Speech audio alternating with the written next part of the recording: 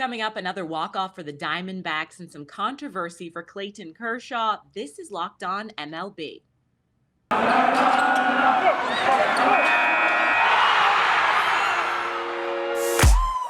The biggest games, the best performances, expert analysis. You are Locked On Now. Welcome in. You're listening to Locked On Now MLB, local experts on the biggest stories in baseball. I'm your host, Kainani Stevens. Thank you for making Locked On Now your first listen every single weekday. We've got our Locked On Major League Baseball hosts here to recap everything from Wednesday night, but we're going to begin with our biggest game. The biggest game. Was another walk-off win for the Diamondbacks in this young season. This one a little less dramatic than the first one, but our Locked On D-Backs host is still pleased with the outcome against the Astros. Ketel Marte had probably one of the more unexciting walk-off hits as the D-Backs beat the Houston Astros 3-2 in extra innings, but guess what? With the D-Backs season starting 1-4 before today's game, a win is a win. Miller Thomas of Locked On Diamondbacks here. I know everyone wants to talk about the offense or lack thereof because guess what? They left 17 men on the bases. They were 1 for 13 with runners in scoring position. It felt like they started every inning with 2 men on and were not able to capitalize. But guess what? That one hit that they had in the 13 opportunities, do you know where it came from? It came from our hero, Seth Beer in the 10th inning, because guess what? Even though they had the shift on, Seth Beer beats the shift. He was able to get the game tied, and then Ketel Marte had the sac fly. But the real story of today's game, Merrill Kelly, who is making an announcement to the Major League Baseball Association, I'm going to win the Cy Young Award this season because this dude was a beast in 2020 before undergoing thoracic outlet surgery. And then in 2021, I struggled a little bit, but I think he's going to have a huge bounce back season this year. Has already been great through 2 starts, and I think he was the real story of today's game. The Mets were firing on all cylinders Wednesday. They got great pitching, some clutch hitting as well, and they got their team a win over the Phillies. Locked On Mets is fired up about this hot start to the season.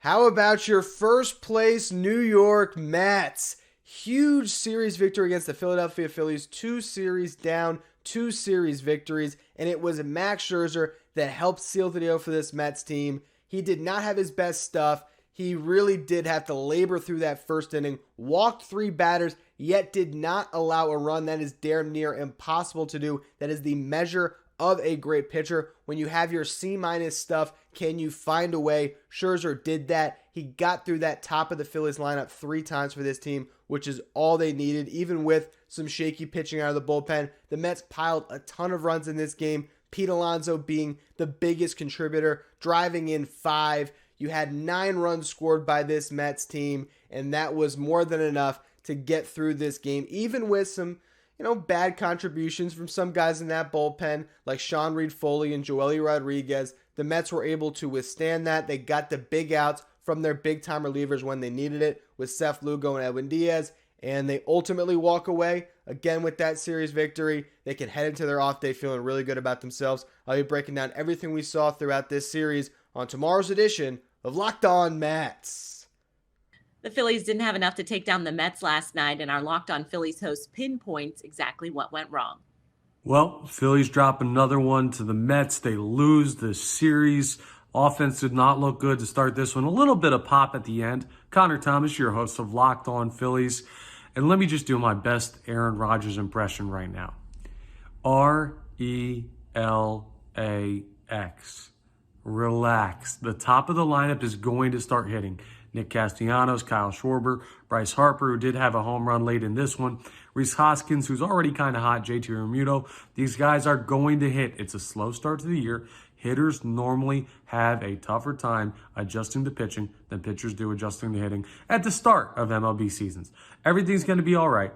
It's okay. They're 500. 500 is fine. We'll take that. Some tough-fought games against the Mets, and they saw some good pitching. They're going to get better. They're going to be okay. I don't like what I saw from Aaron Nola today.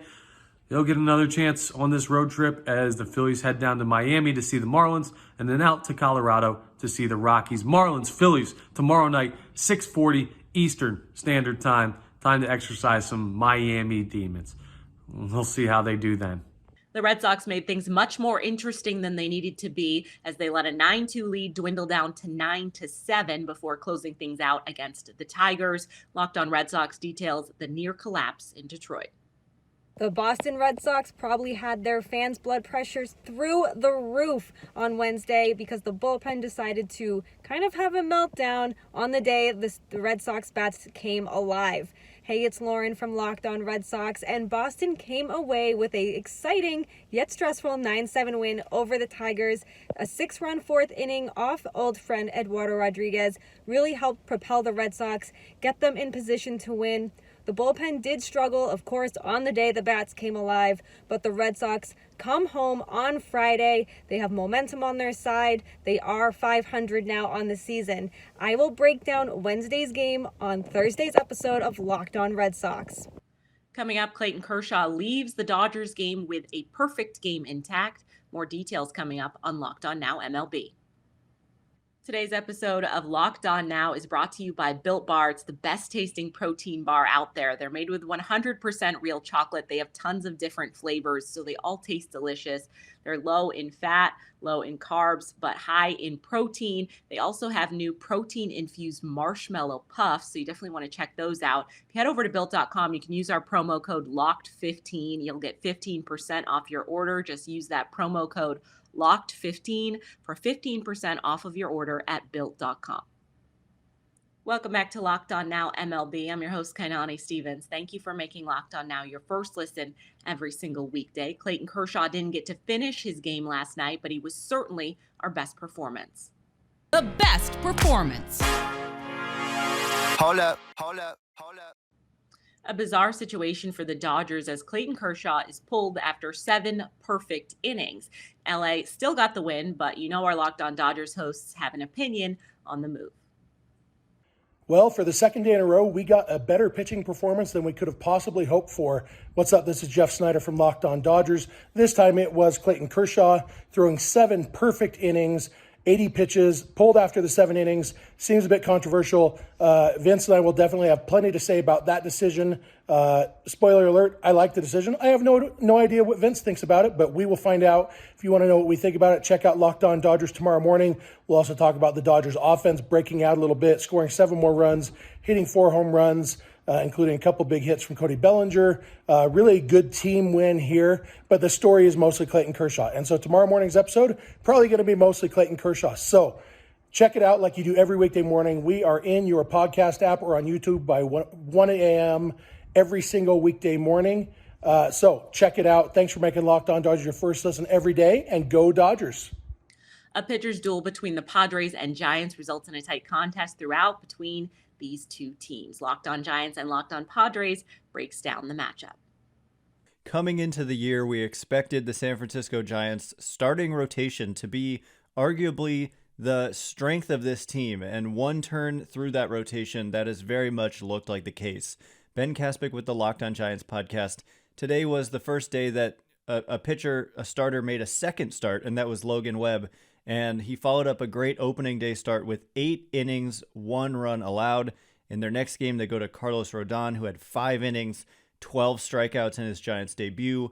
Alex Cobb, 5 innings, 10 strikeouts in his Giants debut yesterday. So the starting rotation looking like a real strength, and the mix and match offense just finding a way to get it done. And Luke Williams, newcomer, is a hero again for the second game. So the Giants, nice 4-2 homestand, and now it's on to Cleveland.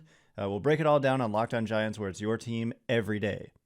Hey, what's up, guys? Javier Reyes here, host of the Locked On Padres podcast, coming at you live after another loss, an unfortunate loss to the San Francisco Giants, but this time 2-1. Okay, 2-1. So it was not a blowout, and it certainly did not have all the controversies and unwritten rule nonsense that last night's game elicited, where the Padres were in the wrong. But the kind of Giants, I mean, you got to give him credit. Logan Webb is really good, man. 8 innings in this one, 7 strikeouts. He looked all but untouchable, with the exception of a triple from Jake Cronenworth at the beginning of the game to drive in Manny Machado. And the Padres lineup struggling, but this is kind of what I think you should expect, is a decent offense, not great. Hopefully Trent Grisham can figure it out. He's really letting me down right now.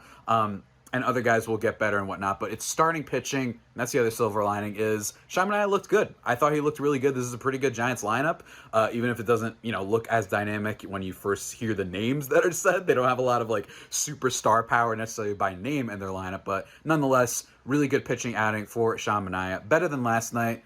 And, you got to just keep going onwards, all right? It's going to be hard at times. It's still early. It's okay. Look at Stitch over there. All right, does he look concerned? No, so don't worry about it, guys. It's still very early. We're going to be talking about that and more on the Locked On Padres podcast, guys. Onwards, and stay tuned.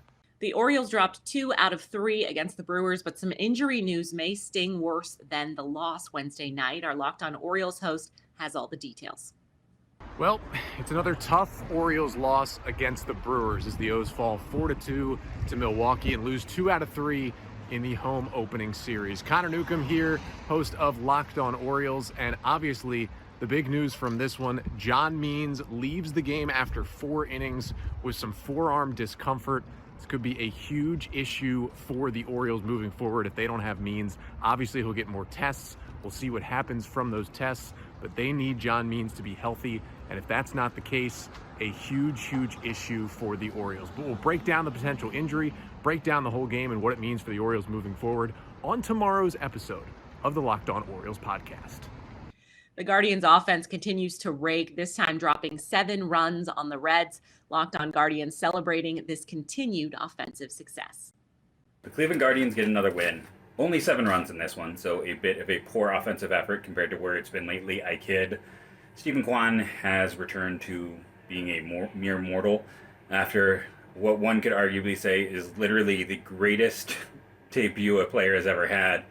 I mean, based on those first 5 games, he had already accrued a WAR of 0.6. That means he's like 0.4 away from tying Greg Allen as the 4th best outfielder the Guardians have drafted and developed since the year 2000. That's how strong his debut was in 5 games. Guardians win 7-3. Tristan McKenzie is fantastic in this one. Eli Morgan comes in and piggybacks. They combine for 7 innings, so Morgan gets the win.